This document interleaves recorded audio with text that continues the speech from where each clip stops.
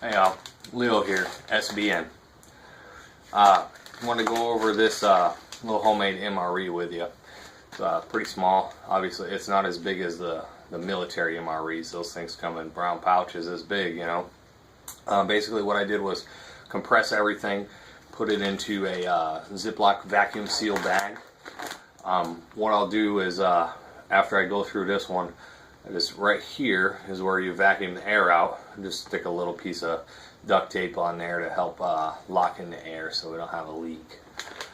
So I just want to go through this with you and show you how many things you can actually fit inside of a homemade MRE if you think about it. And it's fairly inexpensive.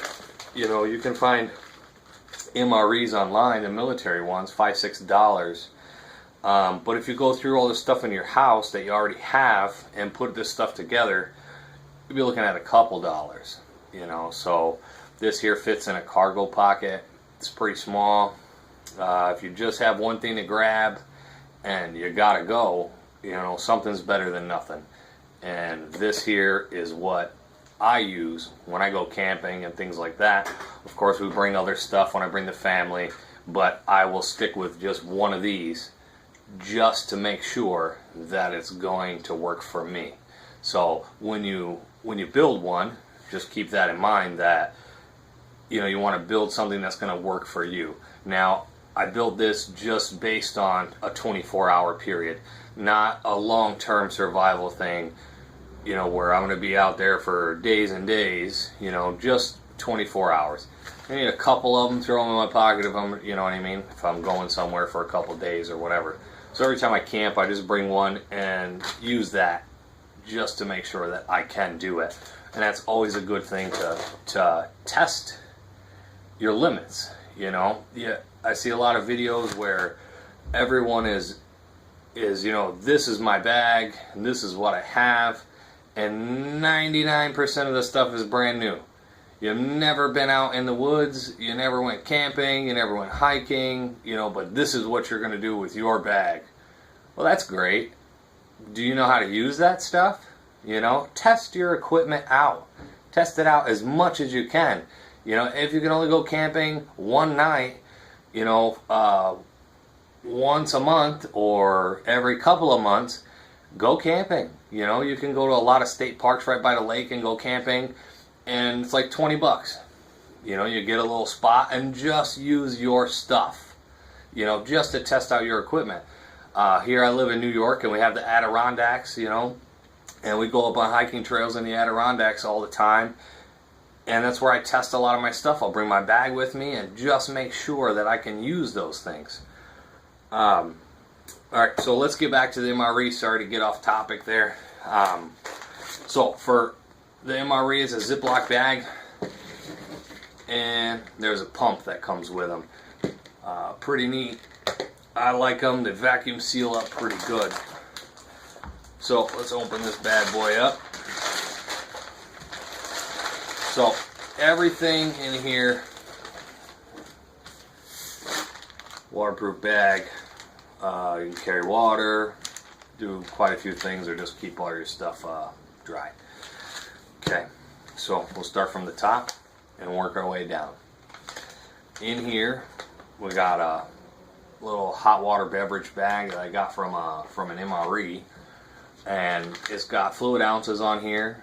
And the reason I chose to put that in there, obviously, to know how much water I can have or carry, and also my beverages, so then I can measure out what I need to use. Now, this isn't the same exact one that I use on my camping trips. I've made several, and I remake them after I use them, you know, and make sure they're full. Here I got some clear sight bandages, and you know, it's basically, it's sticky around the whole outside and semi-sticky in the middle. You get a cut, put it right on there. You can visually see the cut, or you know when you got to take care of it, if you need to clean it or something like that. Now, some of these things can last longer than 24 hours. They can last, you know, days and weeks, but I just made it for a 24-hour period. In here, I got two. This is a paper towel, which I just took off the paper towel roll. napkin. I think this one came from Dunkin' Donuts. So, I mean, everything can be super inexpensive here. For the water, I know how much water I have. I got tea, another little tea packet. I have a regular Band-Aid in here, pack of triple antibiotic ointment, 2 moist towelettes, Truvia, just a packet of sugar, some gum, a little pack of salt, a little pack of pepper. These you can get at fast food restaurants, McDonald's, Burger King, you know, whatever has it. Just say, hey, can you throw some condiments in the bag when you're going through the drive-thru? Give me some ketchup, some mustard, a little bit of salt and pepper or whatever. So you can throw that in there, and you already started your MRE. You can take those ketchup packets, those mustard packets, throw them in there. The salt and pepper, throw them in your homemade MRE bag. And the expiration on those packeted ones is a long time. You know, they don't expire, 2 months from now. You could check them in a year. You know, I've checked them in a year, and the mustard and ketchup is absolutely fine. So, how long they last for, I don't know. But in a year, they're okay. You know, never had any problems with them myself. Tuna fish. Simple, easy. I got salt and pepper in case I want some flavor. When you buy your tuna fish, try to get them right when they go on the shelf. Take a look at what year it is and when they expire. This tuna fish here is good until 2016. It's 2014. So I got 2 years that this could sit right in that bag, and I'm not going to worry about it. And then by the time a year and a half comes around, then I'll eat it and replace it. Aluminum foil. I've tested the aluminum foil, not this one, several times. When you get it close to the campfire, heat it up, you can boil the water pretty quick. This here, I made enough to actually make a little cup and a tray or pot to eat from or boil water from. So I put this much aluminum foil in there, and that's enough to make quite a bit of stuff for boiling water. I've tested it already at the campsite, just making sure, that it can be done. And once you put it in, this is the second time I'm unfolding it, is usually pretty bad sometimes because you can poke a hole in the aluminum foil. So once you put it in, try not to take it out and start, you can get a hole in it. So just be careful in that aspect. When you fold it nice and gentle. Don't just really hard on it. You can pop a hole in it, and then your either the cup you make, the bowl, the pan, the plate is no longer waterproof. I vacuum sealed some peanuts here. I just put them in there for a snack, some protein. If you look at the tuna fish, it's got 200 calories in it. 70 calories. 200 calories in the shortbread that I took out of an MRE. Yeah, 210 calories. And probably 50 calories or something in here, but mainly for protein is what I put it in there for. Those 3 things are going to sustain me for an entire day. A lot of people say, 2,000 calories, da-da-da-da-da. No. The first day, you're not going to need 2,000 calories. When you're talking extended stays out, I'm talking about 24 hours. This is plenty enough food for 24 hours. Water is what you need to worry about. Plastic spoon, plastic fork. Once again, fast food, pick them up, they're free. 2 zip ties. Pack of matches. Now with the pack of matches, of course, if it gets wet, they're not going to be any good. Some of y'all may or may not, but I carry a little Bic lighter, a mini Bic lighter, all the time on me.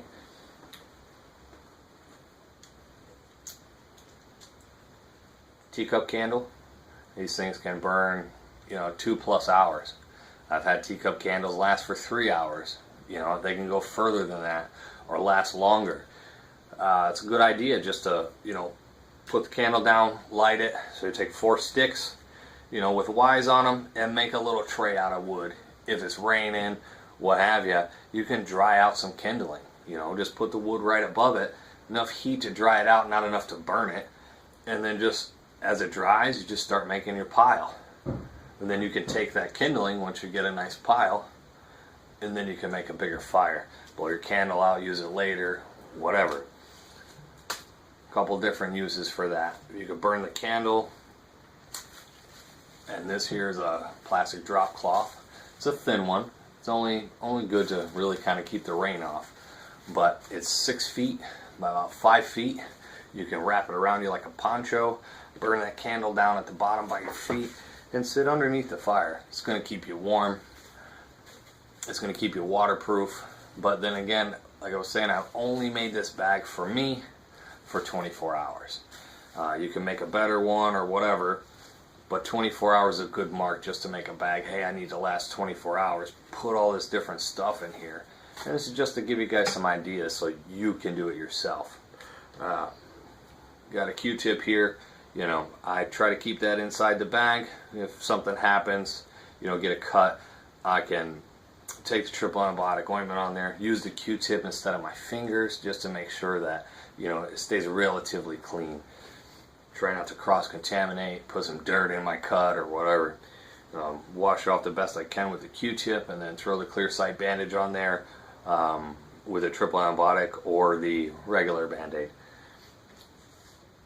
Also wrap up a little razor, and then label it razor. You know, it's just an X-Acto blade inside here. That's good for if you're going to trap something or whatever. You can cut it, make, you know, a point on a stick, whatever. It's just a blade.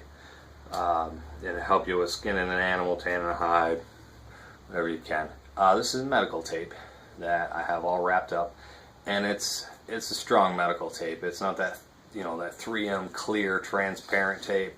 This stuff here is good for a lot. You can use cordage. You can take the razor, cut it into strips for cordage, in case you got to make a splint or get your arm up or something. You can use this. There's 5 feet of this here. You can cut it into 3 strips that are going to be relatively strong, and then you have 15 feet of cordage. And with the strip, you can still make a splint with that. Also, I put some snare wire in here. I don't know if all of you know how to make a snare or not, but a simple little snare. You just find you know, squirrel tracks where they're going up trees. Put a little stick there, and they're going to take the path with least resistance. So they're going to go up that little stick. So easiest way to do it that I found to do it, and I see a lot of videos where they do it. To make this snare, just make a little eyelet right on there, if you can see that, and then twist.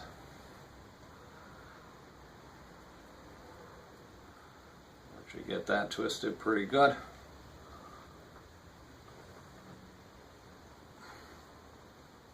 now this is enough to do a couple, or one long one, or a small one. Now what I found is once you put that loop through there, you want to make it about like this. I just bend this part of the wire over just a little bit in order to hold that. You can make it smaller, bigger, depending on the size of the animal that you're going to get. Now, you can also put an eyelet on this side of the wire here, so if you want to loop it up and hook it to a tree. The good part about this, once you make that little bend here, it's down from there. So you can figure, there's ways to get them to lock. There's tons of different things. Look those up. I just wanted to give you a close little view here of, you know, what I have the snare wire for. Use the snare wire. I didn't have success. There was nothing coming through the snare wire, but it's an option, a hope, whatever. You can sometimes catch something, sometimes not. Don't put all your money in that basket. That's why I do have the food in the MRE too.